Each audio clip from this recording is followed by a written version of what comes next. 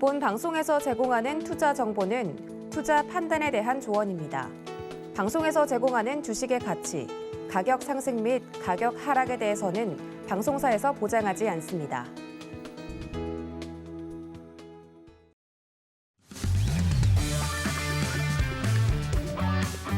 안녕하세요. 해외 시장 소식을 가장 빠르게 만나보는 시간, 해외 선물 신세계 리턴즈의 손자희입니다. 우리 시각 밤 10시 30분에 개장한 뉴욕 증시 상승 출발했습니다. 연준 위원들이 매파적인 발언을 쏟아내고 있는 상황 속에서 이 낸시 펠로시 하원 의장이 대만을 방문하면서 미국과 중국 간의 긴장이 높아지고 있습니다. 이 한 곱이 넘어서 또 한 곱이 투자의 길이 굉장히 또 험난한데요. 여러분들의 투자 가이드 해외 선물 신세계 리턴즈에서 짚어드릴 테니까요. 오늘도 1시간 동안 함께해 주시면 되겠습니다.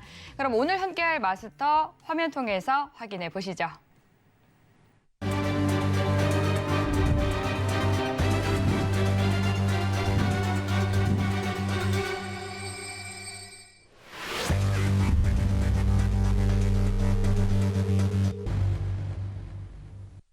네, 오늘 선견 선생 마스터님과 함께 하겠습니다. 반갑습니다. 네, 안녕하세요. 네, 반갑습니다. 시청자분들께 인사 부탁드릴게요. 네, 시청자 여러분 안녕하십니까? 성견 선생입니다.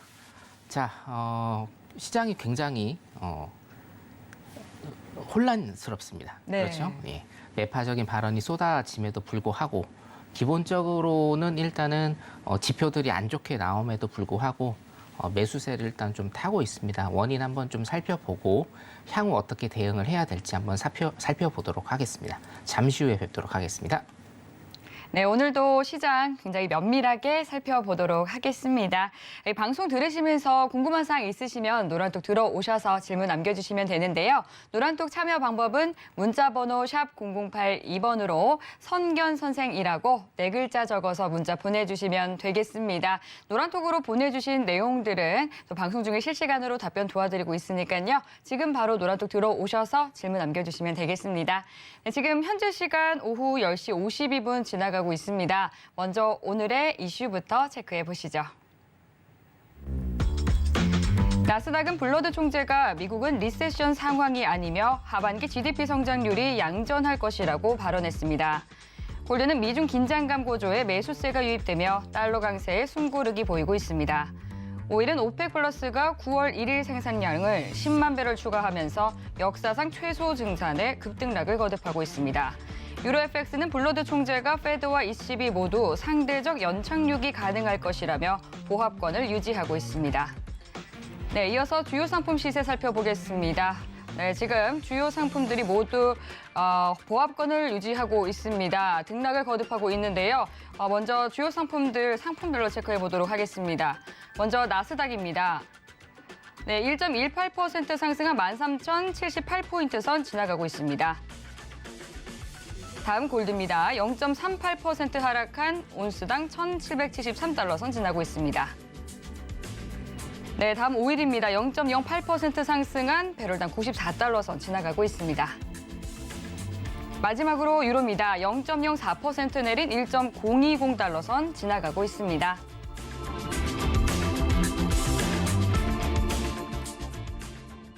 네, 그럼 이어서 각 상품별로 당일 투자 전략과 시황까지 진단해 보도록 하겠습니다. 먼저 나스닥부터 살펴보도록 할게요. 네, 나스닥이 오늘은 또 굉장히 강세를 나타내고 있습니다. 주춤하던 달러 인덱스 그리고 미 10년물 국채금리는 다시금 고개를 들고 있는 상황인데요. 당일 나스닥에 대한 대응 전략은 어떻게 가져가는 것이 좋을지 팻말 통해서 확인해 보도록 하겠습니다. 네, 팻말 준비해 주시고요. 들어볼게요. 하나, 둘, 셋. 매수 들어주셨습니다. 오늘은 매도 요정이 아니시네요. 네, 차트를 보고 자리값 한번 짚어주시죠. 네, 자 일단은 우리 일봉상으로 보게 되면 네. 아직도 저는 이제 매도다라고 말씀을 좀 드리고 네, 싶고 큰 방향으로 그렇죠. 봤을 때는. 네, 자 일봉상으로 보면요, 여러분 아직도 우리가 제가 항상 말씀드리는 그 전고점을 일단은 돌파하지 못한 M자형 쌍봉 매매 기법이라고 여러분들이 좀 많이 알고 계시는데요. 이 쌍봉의 기준이 13,550 라인 정도입니다. 제가 말씀드렸던 13,550 라인 정도인데 여기까지는 일단 올라올 수 있는 기술적인 모습이 보입니다. 자, 그렇기 때문에 당일 투자 전략이잖아요. 우리가 이제 단기 매매에 시각으로 접근한다라고 하면 12,990 라인입니다. 제가 들어오기 전에 일단은 좀 체크를 해드렸는데 지금 한 25분 정도 지금 지났기 때문에 원래는 12,990 라인 정도에서 일단은 매수 방향을 보셔야 되는 게 맞는데 지금 좀 지났죠, 시간이. 그래서 자, 일단은 이렇게 전략을 좀 한번 짜 드릴게요. 1차적으로 12,990 라인 위에서는 매수 방향을 보시는 게 맞습니다. 맞고 2차적인 거는 일단은 13,000 라인 제가 좀 짚어드리겠습니다. 13,000 라인 그리고 12,990 라인 위에서는 매수 포지션 유지하시는 게 좋다. 일단 이렇게 조금 생각이 들고요. 자, 뭐 이건 변론입니다만 조금 있으면 우리 한 3달 정도 있으면 또 썸머 타임이 또 해제가 되기 때문에 그때는 아마 자리를 좀 정확하게 좀 짚어드릴 수가 있을 것 같아요. 자, 그래서 여러분들이 일단은 생각하실 거 다시 한번 말씀드리면 12,990 라인에서 13,000 라인 위에서는 일단 당일 투자 전략 매수 쪽으로 보시는 게 좋다라고 일단 그렇게 좀 설명을 드리고 싶고, 자, 일봉상으로 보면 지금 13,550 라인까지는 치고 올라올 가능성이 굉장히 높습니다. 자, 그래서 13,550 라인까지는 일단 여러분들이 보시면 될 것 같고요. 제가 기술적 분석을 다 지우고 한 번 다시 좀 해드리겠습니다. 자, 제가 저번 주에 말씀드렸던 게 12,945 라인 제가 굉장히 중요하다라고 말씀을 드렸죠. 12,945 라인을 딛는다라고 하면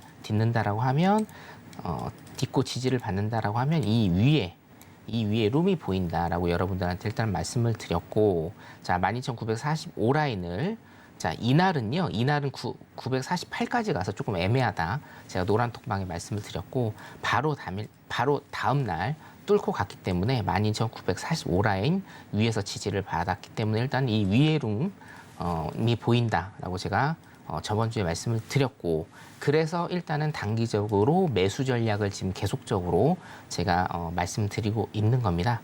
자, 기술적 분석은 일단 이렇게 되고요. 한 가지 제가 월요일에도 일단은 말씀을 드렸는데, 여러분들께서 신세계 리턴즈를 시청하시는 분들 중에 주식하고 같이 하시는 분들이 굉장히 좀 많아서 제가 높아심에서 월요일날 했던 얘기를 한 번 좀 더 말씀을 드린다고 하면, 주식과 해외 선물이 같은 뿌리에서 태어난 것은 맞습니다만 주식과 해외 선물은요, 그 매매 방식에 있어서 굉장히 차이가 많습니다.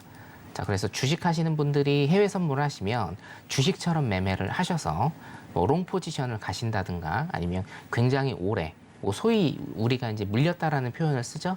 물린 경우에도 이 포지션을 그대로 유지하시는 분들이 굉장히 많은데 그렇지 않다. 자, 큰 추세는요, 현물도 마찬가지고 선물도 마찬가지고, 자, 2022년 보세요, 여러분. 크게 보면 아직까지 매도장입니다. 그렇죠?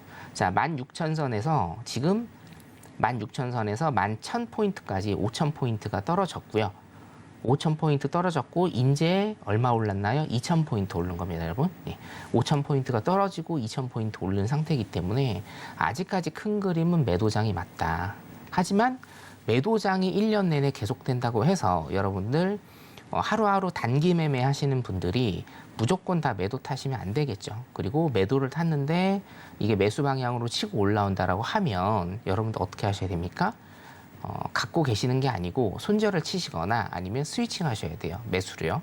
자, 굉장히 중요한 제가 매매 팁을 정말 좀 많이 호소를 하면서 좀 알려드리겠습니다. 잘못된 매매를 하시는 분이 굉장히 많아서 제가 생방송 중에 일단 말씀을 드리는데, 해외 선물 매매를 주식 매매처럼 하시면 안 됩니다. 이게 만약에 이게 포지션이 잘못됐다라고 하면 손절을 바로 하시거나 스위칭 전략 가져가시는 게 좋다. 그래서 13,550 라인까지는 일단 오를 수 있는 룸이 보이기 때문에 단기 매수 전략 일단은 취하시는 게 맞다라고 말씀 좀 드리겠고요. 아까도 말씀드렸지만 서머타임 해제되면 조금 더 자리를 굉장히 좀 디테일하게 봐드릴 수 있을 것 같습니다.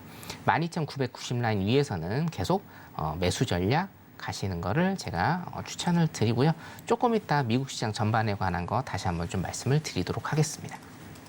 네, 당일 나스닥에 대해서는 12,990포인트 선 위에서는 단기 매수 전략을 세워주셨습니다. 그리고 투자 매매 팁까지 또 챙겨주셨는데요. 11월 7일부터 또 썸머타임이 해제가 되죠. 그때부터는 저희 이제 해외 선물 신세계 리턴즈 이 시간에 또 나스닥이 보다 더 변동성이 크게 원활하게 움직일 것으로 예상이 되니까 그때 또 보다 더 꼼꼼하게 짚어주시겠다라고 말씀을 해주셨습니다.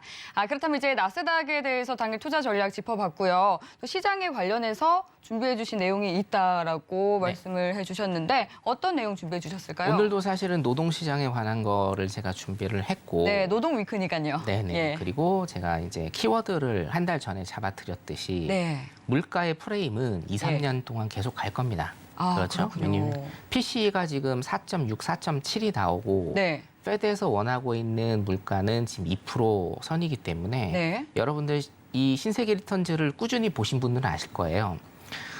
잘 안 떨어집니다. 그렇죠? 예. 떨어져봤자 0.1, 0.2포인트 요 정도 떨어지는데 지금 4.6, 4.7에서 2포인트까지 떨어져야 되거든요. 네. 자, 그러면 이게 사실은 올해 안 끝납니다. 제가 올해 초에도 말씀을 드렸는데 물가에 관한 이슈는 원래 2, 3년 갑니다.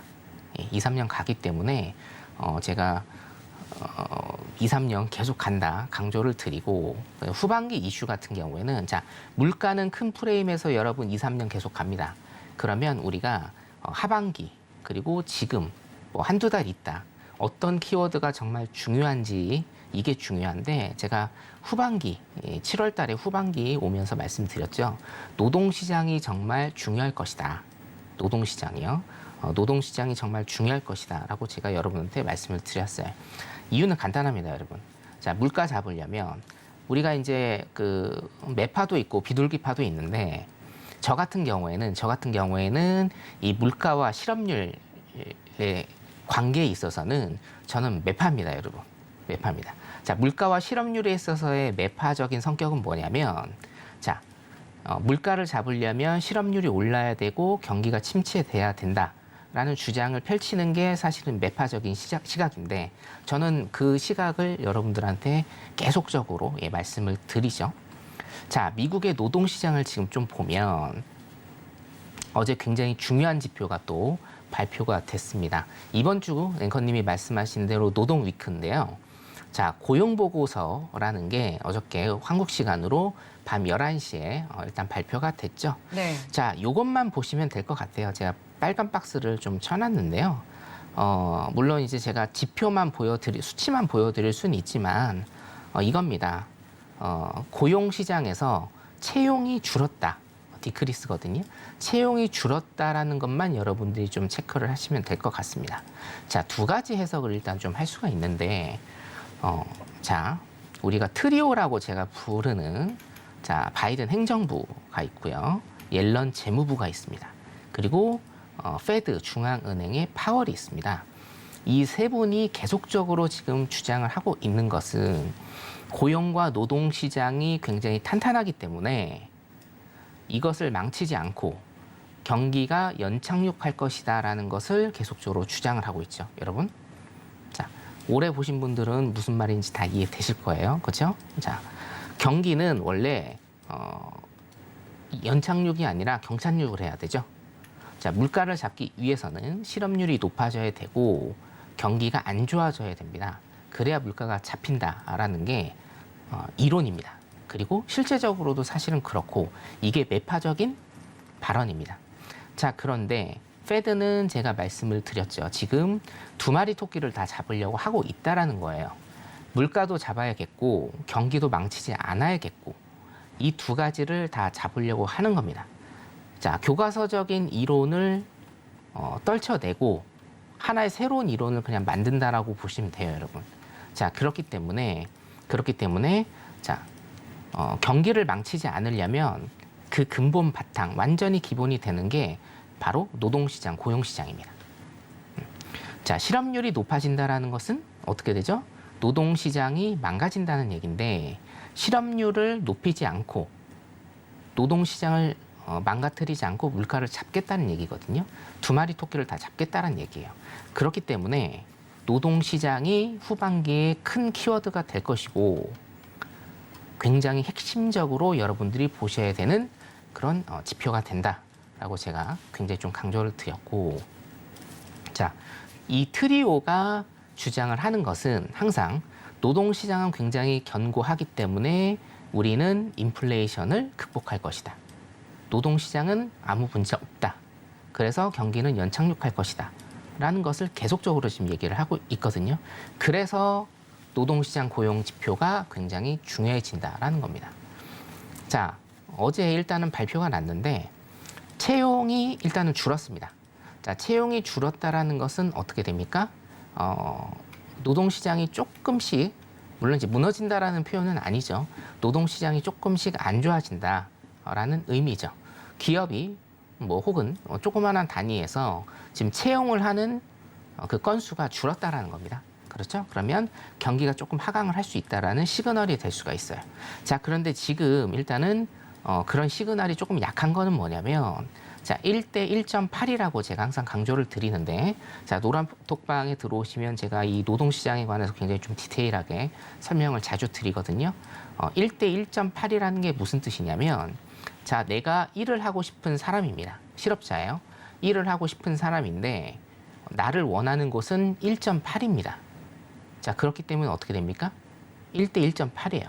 내가 원하면 나는 일을 할 수 있는 상황이에요. 미국은 지금. 그 비율이 1대 1.8입니다. 굉장히 높죠.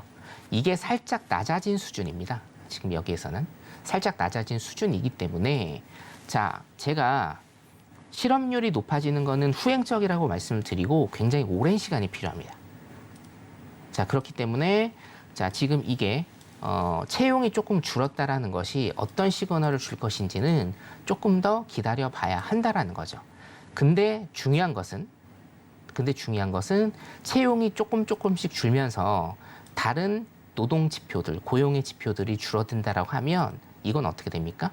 실업률이 높아질 수 있고, 실업률이 높아지면 물가가 잡힐 수 있는 시그널이 된다라는 것이고, 이것은 뭡니까? 페드가 굉장히 다른 이면에서 걱정하는 두 마리 토끼, 물가가 잡히기는 잡히는데 경기 침체가 온다라는 이런 시그널이 될 수도 있기 때문에 굉장히 지금 시장이 혼란스러운 상황이에요. 여기에 딱 맞는 구절이 good news is bad, bad news is good이죠. 어떤 뉴스가 나오든지 간에 이것을 해석하는 게 두 가지로 해석이 됩니다. 지금은. 그래서 시장이 굉장히 혼조를 띄우고 있다라고 여러분들이 일단은 보시면 되겠습니다. 그래서 어저께 고용지표 나온 것은 일단은 안 좋게 나왔다라고 보시면 되겠고요. 자, 이번 주 고용지표 발표가 또 있죠. 금요일에 있는데 굉장히 중요한 고용지표가 또 있죠. 비농업 고용지수와 실업률이 있습니다. 자, 일단 실업률은 시장의 컨센서스를 제가 말씀을 드리면 3.6%로 전번과 동일하게 일단 나올 가능성이 있다. 제가 체크를 좀 해드리고요. 예측입니다. 3.6% 예측이 지금 되고 있습니다. 3.6%면요 거의 이제 완전 고용 상태라고 보시면 됩니다. 자, 비농지수가 굉장히 중요한데 비농업 부분의 고용 지표거든요.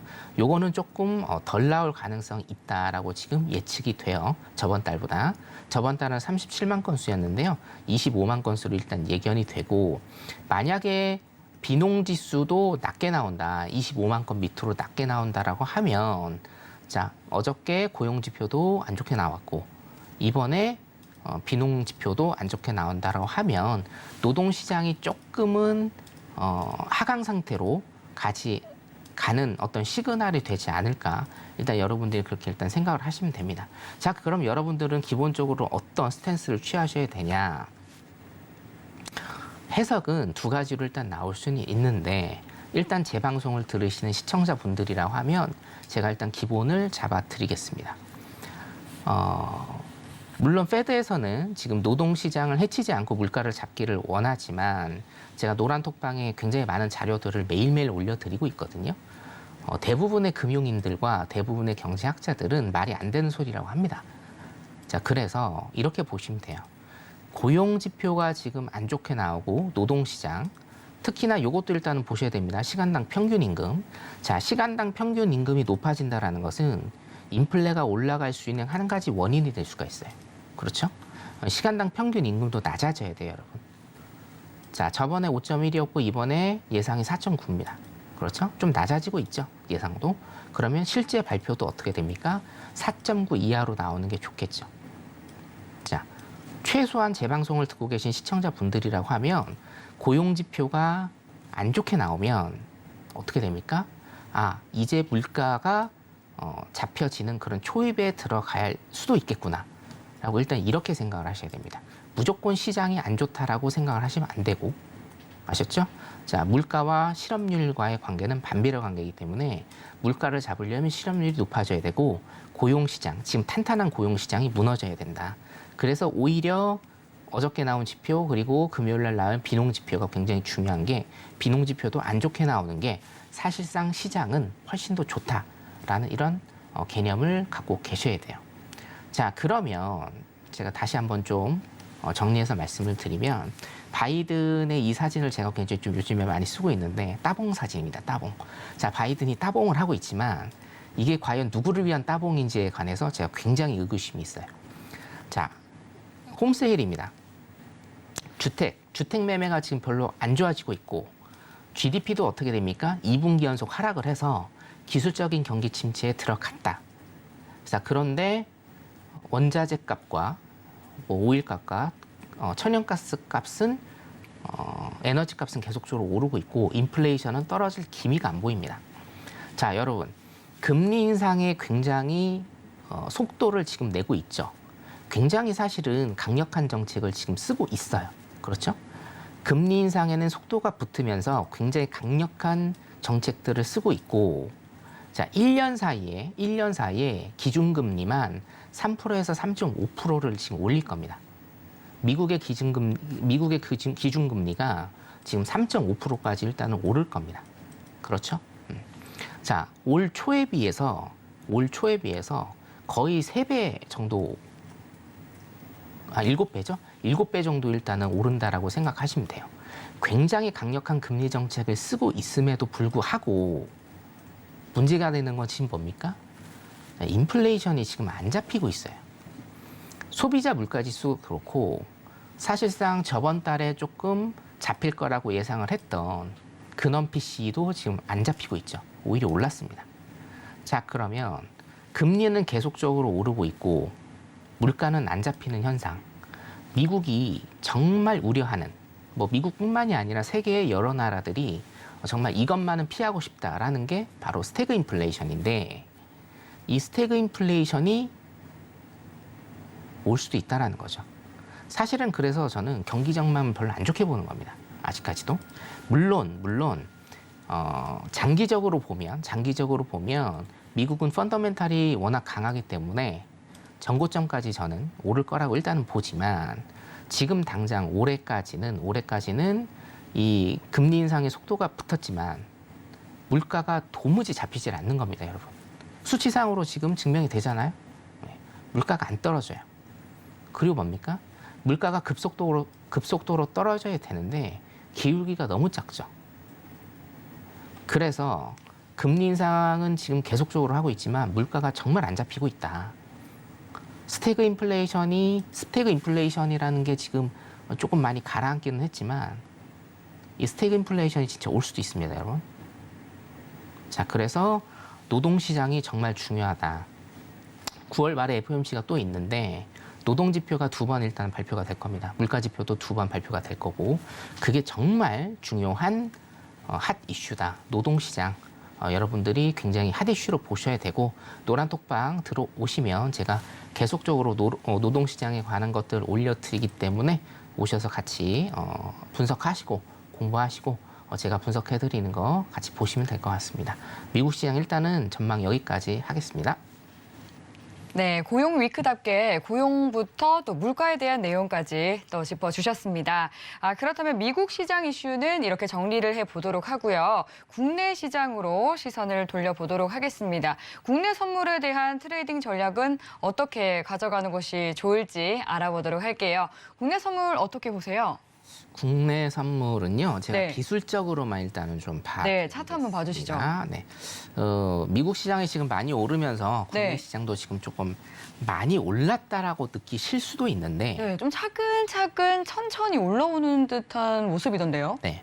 근데 이제 그 국내 선물 하시는 분들은 이걸 조금 생각하셔야 돼요. 네, 어떤? 내릴 때는 확 빠지는데, 예. 오를 때는 기어갑니다. 네, 그래서 베어마켓 랠리라고 표현하더라고요. 네, 그것도 제가 이제 그래서 월요일 날 비판을 드렸죠. 네, 베어마켓 랠리, 글쎄 회피 수단이다. 네, 아니 올라가면 올라가는 거고 내려가면 내려가는 건데 베어마켓 랠리. 예, 저는 별로 마음에 들지 않는 표현인데 네. 자, 일단 차트 좀 보시면 네, 좋습니다. 자 코스피 같은 경우에는 2,400선입니다. 그렇죠. 그렇죠. 예. 제가 말씀드렸던 선이 2,220에서 2,272였는데 2,280까지만 올라오고 10포인트 차로 지금 위로 갔죠. 네, 자, 그런데 이게 이제 마지막이 아니라고 제가 말씀을 일단 드렸어요. 차트를 보시면 제일 중요한 게 기술적으로 60일선이에요. 자, 60일선 같이 보도록 하겠습니다. 네, 61선 보시면 2022년부터요, 61선을 한 번도 넘지 못했어요. 제가 원래 5일선하고 21선만 세팅을 해드리는데 61선을 4월부터 61선을 좀 세팅하라고 말씀을 드렸습니다. 한 번도 넘지 못했다라는 거거든요. 그러네요. 자, 61선이라고 하면 3개월 선이죠. 네. 한 달에 거래일이 22일이기 때문에 61선이면 3개월 선입니다. 이게 무슨 의미를 갖냐면 국내 선물 같은 경우에는 월물이 여러분 몇 개월이죠? 3개월입니다. 월물이 3개월이에요. 자, 그러면 월물이 변경됐을 때마다 한 번도 61선, 한 번도 어떤 지점을 넘지를 못했다는 얘기예요. 굉장히 큰 대세 하락장이라는 거거든요. 그 증명이 되지 않습니까? 엄청나게 많은 하락장이었죠. 작년 6.25부터 그렇죠? 작년 6.25부터 굉장히 큰 하락장이었고 이게 뭐예요? 1년 이상 지금 가고 있다라는 겁니다. 조금 있으면 광복절인데 광복절이 어떻게 될지 저도 좀 궁금하고 자 61선을 지금 넘지 못하는데 지금 61선에 근접을 했습니다. 61선 일단 근접을 했고 제가 노란톡방에서도 뭐 국내 선물 리딩은 안 합니다만 국내 선물에 관해서 계속적으로 말씀드릴 때 이 61선 위에 포진을 해야 된다. 그래야 최소한 매수에 대한 룸이 이렇게 보인다라고 제가 강조를 계속 드립니다. 자, 61선을 넘지 못했을 때는 물론 여러분 제가 아까 말씀드렸다시피 단타 매매는 다릅니다. 단타와 스캘핑 매매 같은 경우에는 뭐 매수를 타실 수도 있고 매도를 타실 수도 있고 관망을 하실 수도 있어요. 자, 근데 최소한 국내 선물 같은 경우에는 월물이 3개월물이기 때문에 스윙 매매나 장기 매매를 하시는 분들도 굉장히 많거든요. 자, 그러면 스윙이나 장기 매매를 하시는 분들은 최소한 61선입니다. 320, 뭐 6라인, 7라인 정도 이렇게 되거든요. 최소한 61선 세팅을 하시고 일봉상으로 이거를 지지하면서 오를 때 일단은 매수를 보셔야 돼요, 여러분. 네, 최소한. 왜냐? 한 번도 지금 월물이 3개월 월물이요 61선은 넘은 적이 없어요, 올해. 올해 초 잠깐 봉 2개가 넘었을 뿐, 캔들 2개만 61선을 넘었을 뿐, 다 지금 뭡니까? 한 번도 넘은 적이 없습니다. 자, 우리가 확인 매매를 일단은 해야 되겠죠? 그래서 국내 선물 실전 매매 하시는 분들은 최소한 61선입니다. 내일 또 61선이 일단은 바뀔 텐데 오늘 기준으로는 한 326에서 327포인트 이 위로 올라가야 최소한 매수에 대한 그런 자리값이 일단은 나온다라고 보시면 될 것 같고 자, 나스닥 같은 경우에도 조금 연결을 시켜서 보면 보세요. 나스닥 같은 경우에도 일봉 잠깐 보겠습니다. 나스닥이 일단은 오르기 때문에 국내 선물도 오르고 있다라고 일단 이렇게 보시면 될 것 같아요. 자, 근데 제가 항생을 이거 본 다음에 항생을 조금 봐드릴 건데 네. 항생도 국내 선물에 국내 시장에 굉장히 큰 영향을 미치죠. 중국의 소규모판이라고 볼 수가 있으니까. 자, 그래서 일단은 매매 전략은 326과 327포인트 61선을 넘을 때 일단은 매수 포지션을 가시는 게 좋고 아직은 그래도 매도 포지션 유지하시는 게 낫다라고 일단 그렇게 보입니다. 이유에 대해서는 제가 항생 바로 보면서 설명을 좀 해드리도록 하겠습니다. 네, 항생 조금 이따 보도록 하겠습니다. 네, 국내 시장에 대해서도 대응 전략을 세워주셨습니다. 항생을 바로 봐주겠다라고 말씀을 해주셨는데 지금 펠로시 의장의 대만 방문 소식에 따라서 중국 증시만 홀로 좀 하락하는 모습이 나타났습니다. 항생 바로 봐주시죠. 네, 자료 잠깐 볼까요? 네, 자료 또 준비해 주셨군요. 굉장히 좀 비판적인 얘기를 많이 하죠, 여기 나와서. 네, 도대체 무슨 생각을 가지고 있는지 정말 좀 궁금한데 네, 하원 대표가 대만에 간다라고 해서 물론 이제 정치적으로는 그렇지만 네. 군사훈련을 한다라는 게 사실은 예. 이해가 안 되죠. 왜냐? 중국 지표는 지금 다 안 좋게 나와요. 굉장히 안 좋게 나오고. 경제 지표요. 예. 예. 경제 성장률도 지금 GDP 굉장히 낮은 수준이고. 그렇죠. 얼마 전 나온 제조업 지수도 안 좋았잖아요. 예, 경제 성장률이 10%, 20%, 30%까지 갔던 나라가 네. 1%대로 떨어지고 한 자릿수로 떨어진다는 것 자체가 굉장히 좀 안 좋습니다. 자, 그러면 두 가지 일단은 기억하시라고 제가 말씀을 드렸는데 제로 코로나 정책하고 기업 규제 조금 푸는 것 같더니 또 안 풀어요. 예. 도대체 무슨 생각으로 일단은 하는지는 모르겠으나 이럴수록 여러분들이 이제 중심을 잡으시고 자, 매도 전략이든지 매수 전략이든지 일단은 대응의 영역으로 일단은 가셔야 된다라는 겁니다. 차트를 잠깐 볼게요. 자료 내리고. 네. 자, 자료 내리고 차트 잠깐 보도록 하겠습니다. 자, 항생 차트 월봉을 일단은 먼저 좀 볼게요. 중요한데 항생 월봉 같은 경우에는 자, 여기 보세요, 여러분. 지금 이 지점이 언제입니까? 2016년 지점이에요. 이 지점이. 자, 이 지점이 3월 달이었나요? 제 기억에 3월 달입니다. 이 지점이 3월 달이었는데 자, 2016년에서 2022년입니다. 6년 전 가격이요. 여러분 거의 엇비슷하죠. 눈으로 보시기에도 이게 틱수로 딱 100틱 차이였습니다. 100틱 차이. 100틱이면 여러분 항생 실전 매매 하시는 분은 아실 거예요. 100틱이면요, 여러분 1분이면 가는 틱수입니다. 1분이면, 단 1분이면. 그것을 가까스로 일단은 지켰다. 이거를 왜 지켰냐라고 하면 일봉 잠깐 보겠습니다. 자, 이것을 어떻게 지켰느냐? 기업 규제를 푼다라는 이유로 그런 재료로 일단 이 지역을 지킨 겁니다. 100틱 차이 나는 거는요. 6년 전 가격. 자, 6년 전 가격이라는 게 굉장히 중요하죠, 여러분. 쉽게 얘기해서요. 6년 전 경제 상황으로 후퇴한 겁니다. 자, 근데 다음 거를 보실게요. 자, 2011년 가격이 16,000선이거든요. 자, 16,000선이고요. 지금 이 최하점이 정확히 제가 짚어드리겠습니다. 최저점이 18,134나요. 자, 18,134하고 16,146입니다. 약 얼마의 차이가 나나요? 2,000틱의 차이가 납니다. 2,000틱, 틱수로. 2,000틱이면 여러분 하루 만에 갑니다. 하루 만에. 하루 만에 가는 가격. 자, 굉장히 심각하다라는 거죠. 예. 자, 11년 전 가격, 6년 전 가격도 지금 거의 다 왔고 11년 전 가격이 지금 거의 다 온 겁니다. 무슨 얘기냐? 11년 전 경제 상태로 지금 후퇴를 하고 있다라고 보시면 돼요. 그래서 물론 이제 이거는 홍콩 항생이지만 중국의 지표, 중국의 지수를 쉽게 보시려면 항생 지표를 보면 된다라고 제가 말씀을 드리죠. 11년 전 가격으로 후퇴하고 있다라는 겁니다. 지금 보시면 지금 월봉상으로도 21선 지금 꺾였고 5일선도 지금 급격하게 내려오고 있습니다. 자, 일봉 잠깐 볼게요.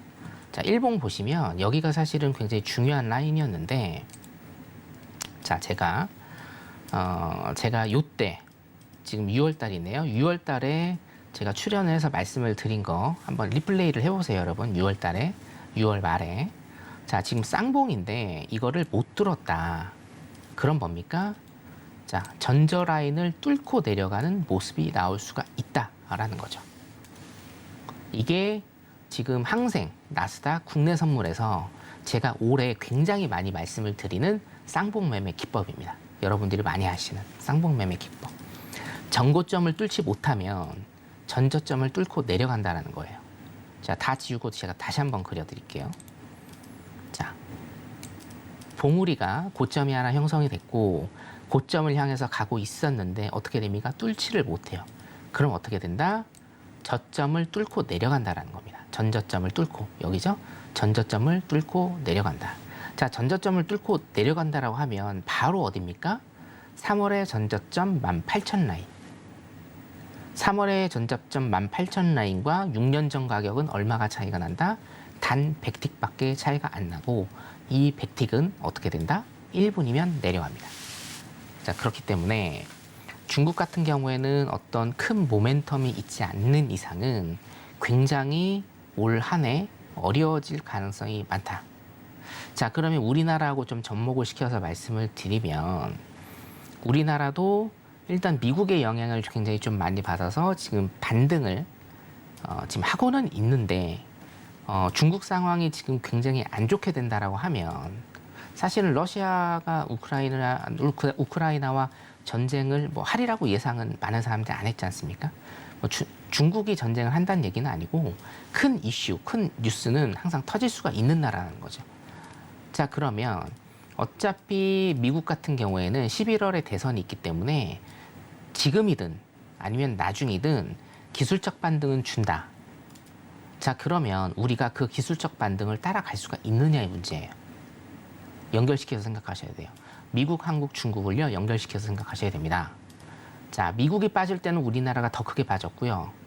미국이 오를 때 우리나라는 어떻게 됩니까? 조금밖에 안 오릅니다. 자, 미국이 11월 중간선거 때문에 큰 반등을 줬을 때 우리나라가 그것을 따라가느냐. 만약에 그것을 못 따라간다라고 하면 중국이 뭐 8월, 9월에 어떤 문제가 생겨서 굉장히 크게 빠진다. 그리고 홍콩 항생장이 6년 전 가격과 11년 전 가격을 터치하게 된다라고 하면 우리는 분명히 이런 영향을 굉장히 크게 받을 것이다. 그렇기 때문에 제가 아직도 한국 시장, 국내 시장을 그렇게 크게 좋게 안 보는 이유 중에 하나입니다, 여러분. 반등이 오기는 오는데 미국만큼 그렇게 세게 오지 않습니다. 이 패턴이에요. 떨어질 때는 더 크게 떨어지고요. 올라갈 때는 찌끔 오릅니다. 아직도 코스피 2,400선입니다, 여러분. 충분히 2,300선으로 다시 떨어질 수가 있죠. 자, 그래서 홍콩 항생시장도 굉장히 좀 면밀히 제가 항생시장 같은 경우는 한 달 이상 지금 안 해드렸습니다. 굉장히 많이 흔들었기 때문에 이 박스라인이죠. 박스라인 다시 한번 좀 그려볼게요. 이 박스라인에서 굉장히 조금 많이 흔들었어요. 한 두어 달 동안. 그래서 제가 많이 안 해드렸는데 자, 이제는 좀 해드려야 됩니다. 왜냐? 이 전저점을 깰 가능성이 굉장히 높아졌기 때문에. 그리고 전저점 깨면 올 한 해 전저점과 6년 전, 11년 전 전저점을 깰 가능성이 굉장히 높아졌고 이것 때문에 국내 시장이 영향을 받을 가능성이 굉장히 높아졌기 때문에 항생도 일단은 제가 예전에 하던 만큼 조금 그렇게 봐드리도록 하겠습니다. 항생장 여기까지 보도록 하겠습니다. 네, 항생시장은 이제 전 저점을 깰 가능성이 높아졌고 이에 국내 시장도 영향을 받을 수 있다라고 또 투자 팁을 챙겨드렸으니까요. 참고하시면서 대응해 보시면 좋을 것 같습니다. 네, 그럼 이어서 5일에 대한 당일 투자 전략도 알아보도록 하겠습니다. 오펙 플러스 회의가 또 우리 시각으로 7시에 열렸었죠. 이 바이든 대통령이 사우디를 방문했음에도 불구하고 오펙 플러스가 되려 이 하루 10만 배럴 소폭 증산하는 데 합의를 하면서 증산 속도를 늦췄습니다. 7, 8월 증산량의 15% 수준에 불과하다고 하는데요. 다음 정례 회의는 9월 5일로 정했다고 합니다. 이에 지금 현재 유가는 보합권인 배럴당 94달러 선에 거래 이어가고 있는 상황인데요. 당일 유가에 대한 대응 전략 팻말 통해서 확인해 보도록 하겠습니다.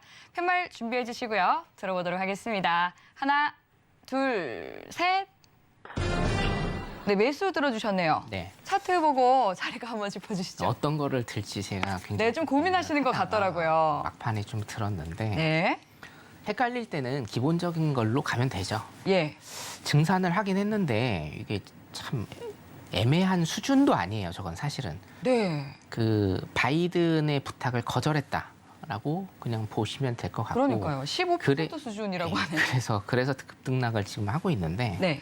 증산을 했다라는 표면적인 뭐 우리가 표면적으로 얘기는 그렇게 할 수는 있는데 예. 저거는 거의 뭐 바이든의 부탁을 거절했다. 그냥 저는 일단 그렇게 보고 있고 네. 시장이 헷갈릴 때는 기본적인 걸 일단 보시면 돼요. 네, 좀 심플하게 보라는 예. 말씀이시죠? 차트를 보시면 네. 사실은 매수를 들어갈지 매도를 들어갈지 모릅니다. 그리고 오늘 수요일이기 때문에 재고 지표가 좀 이따 있죠. 예. 재고 지표가 있기 때문에 네. 지금은 일단은 조금 관망인데 자 기본적인 건 보라 제가 말씀을 드린 게 자, 두 가지죠. 지금 이제 수요와 공급 두 가지를 일단 보실 때가 됐습니다. 제가 수요는 항상 고정돼 있고 공급의 문제다라고 말씀을 드렸는데 네. 자, 수요 같은 경우에는 지금 일단 오르고 있어요. 미국 시장이 오르고 있기 때문에 수요 같은 경우에는 일단은 고정적으로 다시 한번 생각을 하셔도 되고 만약에 경기 침체 때문에 미국 시장이 좀 내린다라고 하면 오일은 당연히 이제 밑으로 내리겠죠. 근데 수요는 지금 일단은 고정적으로 가고 있습니다. 자, 그러면 공급의 문제로 다시 여러분들이 기본적으로 생각을 하시면 되는데 공급이 지금 해결이 됐나요? 공급이 지금 해결은 안 된 걸로 그렇게 판단이 됩니다. 그러면 공급이 해결이 안 됐으니까 가격은 어떻게 되겠습니까? 가격은 일정 수준으로 다시 위로 튕길 것이다. 위로 올라갈 것이다. 라고 여러분들이 그렇게 생각하시면 돼요. 항상 제가 말씀드리지만 제가 톡방이나 아니면 공개 방송 때도 말씀을 많이 드리거든요. 자, 시장이 헷갈리면 기본적인 거를 일단은 생각을 하셔라. 기본적 분석을 일단 생각하셔라. 시장이 헷갈린다라는 거는 차트 잠깐 보시면요. 이런 겁니다. 매수로 들어갈지 매도로 들어갈지 정말 알 수 없을 때예요. 기술적 분석이 사실은 나오기가 힘듭니다. 이런 상황은. 그렇기 때문에 기본적 분석으로 들어가시는 게 좋다. 네. 그렇다고 하면 당일 투자 전략 같은 경우에는 사실은 조금 관망적으로 제가 말씀을 드리고 싶고 스윙이나 아니면 조금 장기 투자하시는 분들은 그래도 매수 쪽으로 일단은 가는 게 낫지 않을까 생각이 들고요. 제가 일봉 잠깐 보겠습니다. 일봉 잠깐 보시면 어저께 이제 월요일 날 90.50달러 일단은 제가 말씀드렸잖아요. 90.50달러이기 때문에 이거를 지지하는 이상은 일단은 매수 쪽으로 계속적으로 보시면 되고 100달러 이상까지 갈 겁니다. 아마 제가 자리를 조금 봐드릴게요.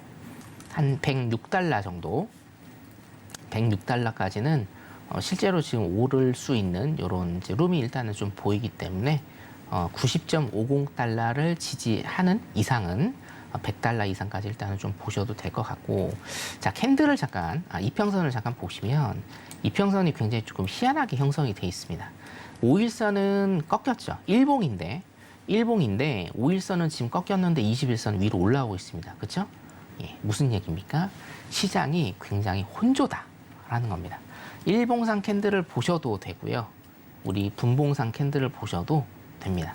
예, 지금 시장은 굉장히 좀 혼조이기 때문에 당일 전략으로 어떻게 스캘핑이나 단타 전략으로 가시는 것보다는 5일을 집중적으로 매매하시는 분들이다라고 하면 매수 쪽으로 해서 스윙 전략으로 일단 가시는 것도 굉장히 좀 좋아 보인다. 이렇게 말씀을 드리고 싶습니다. 자, 일단은 90.50달러 지지하는지 여부 요거 체크를 하시면 될 것 같습니다. 5일 여기까지 보도록 하겠습니다. 네, 어려울 때는 이제 심플하게 보자 말씀해 주시면서 이제 수요와 공급 말씀해 주셨는데요. 조금 전에 11시 30분에 원유 재고 발표가 됐습니다. 이전치 그리고 예측치보다도 훨씬 많게 재고량이 발표가 됐는데 그렇다면은 이제 단기로 봤을 때도 매수로 보시는 건가요? 재고량이 많다라는 것은 네. 이제 가격이 떨어진다라는 얘기기는 한데 네. 5일 재고 지표는요. 네. 사실상 2020년 예. 초에 그 5일이 마이너스 30달러 이상까지 가는 예. 5일 쇼크였죠. 그렇죠. 5일 쇼크가 난 이후로 네. 재고 지표에 대한 어떤 지표 매매는 거의 사라졌다라고 보시면 돼요. 아, 그렇군요. 왜 그런지는 사실은 알 수는 없어요. 왜 그런지는 알 수는 없지만 그때부터 사실은 5일에 대한 분석을 하시는 전문가들도 예. 사실은 많이 사라졌고 아. 많이 사라졌고 네. 왜냐하면 분석 자체가 안 됩니다. 이게 매매 자체가 안 되거든요. 네. 예, 그렇기 때문에 5일 같은 경우에는 이제 사실은 한 2년 전만 2, 3년 전만 해도 우리 재고 지표 날이 정말 매매하기 좋은 날이었어요. 수요일이. 네. 근데 그때 이후로 사실은 재고 지표라고 해도 그때는 100틱, 200틱, 300틱 그냥 추세대로 갔거든요. 그 수익도 굉장히 좀 많이 나던 때였는데 지금은 너무 많이 흔들고 틱수가 그 정도까지 일단은 나오지 않습니다. 자, 그래서 앵커님이 말씀하신 게 이제 단기적으로 일단은 매수인지 말씀을 주셨잖아요. 예. 자, 일단은 단기적으로 지표 값에 따라서 보지 말아라라고 제가 실전 매매하시는 분들한테는 팁을 조금 드리고 싶어요. 자, 재고 지표. 자, 재고가 높으면 어떻게 됩니까? 공급량이 많아지기 때문에 가격이 떨어진다라고 생각을 하시잖아요. 그렇죠? 재고가 적으면 공급이 줄어들기 때문에 가격이 올라간다라고 생각을 하시고 상방과 하방에 이렇게 배팅을 하시는데 그렇게 보시면 안 됩니다. 대응의 차원이기 때문에 우리가 추세대로 지표값대로 가격이 오른다 내린다로 예측하지 마시고 대응의 차원에서 일단은 그렇게 매매를 실전적으로 하시는 게 사실 그게 맞다라고 봅니다. 네, 5일 여기까지 말씀을 드릴게요. 네, 오일에 대한 당일 투자 전략 알아봤습니다. 그럼 이어서 골드에 대해서도 당일 스탠스 세워보도록 하겠습니다. 골드는 오늘 달러가 강세로 좀 돌아서면서 힘이 빠진 모습입니다. 0.9%가량 내리면서 1,774달러 선에 거래되고 있는데요. 골드에 대한 투자 전략 알아보도록 할게요. 팻말 들어보겠습니다. 하나, 둘, 셋. 네, 관망 매수 이제는 두 가지 들어주셨네요. 오랜만에 제가 두 가지를 들었는데 그러니까요. 팁을 하나 좀 드리겠습니다. 네. 관망은요. 지금 예. 일단 관망하시는데 포인트 네. 하나만 좀 짚어드릴게요. 네. 차트를 보시면 요 포인트거든요. 1791라인이에요.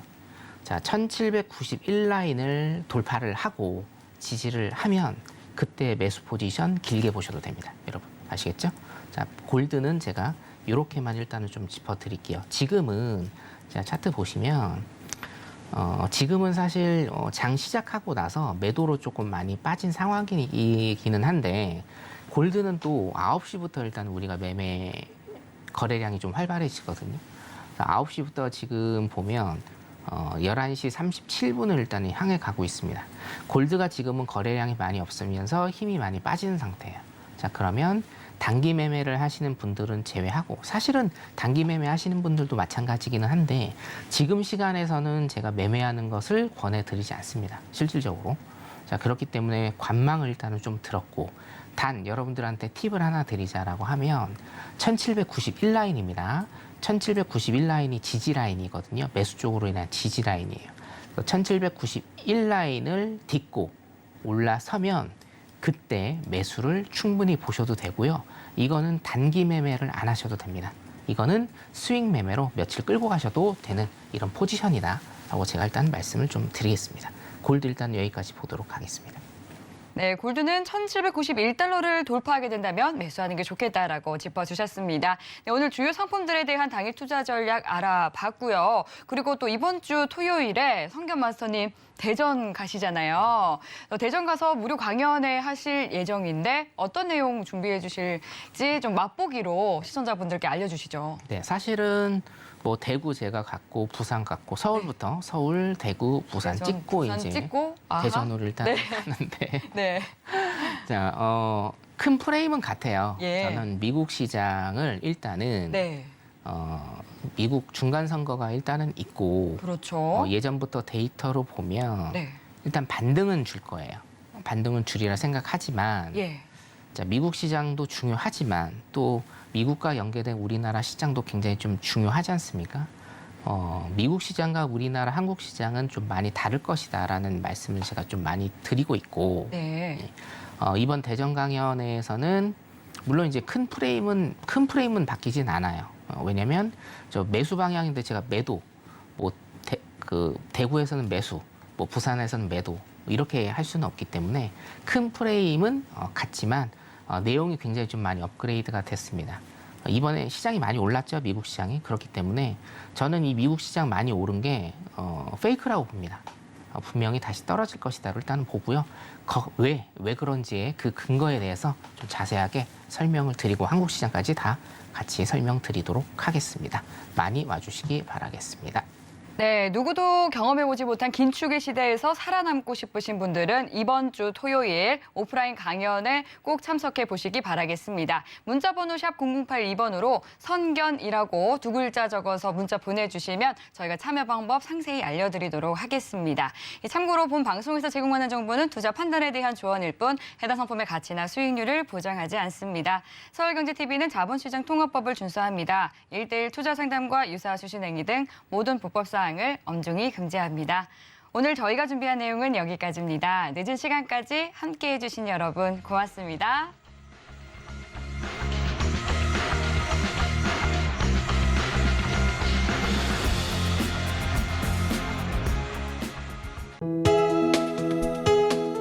본 방송에서 제공하는 투자 정보는 투자 판단에 대한 조언입니다. 방송에서 제공하는 주식의 가치, 가격 상승 및 가격 하락에 대해서는 방송사에서 보장하지 않습니다.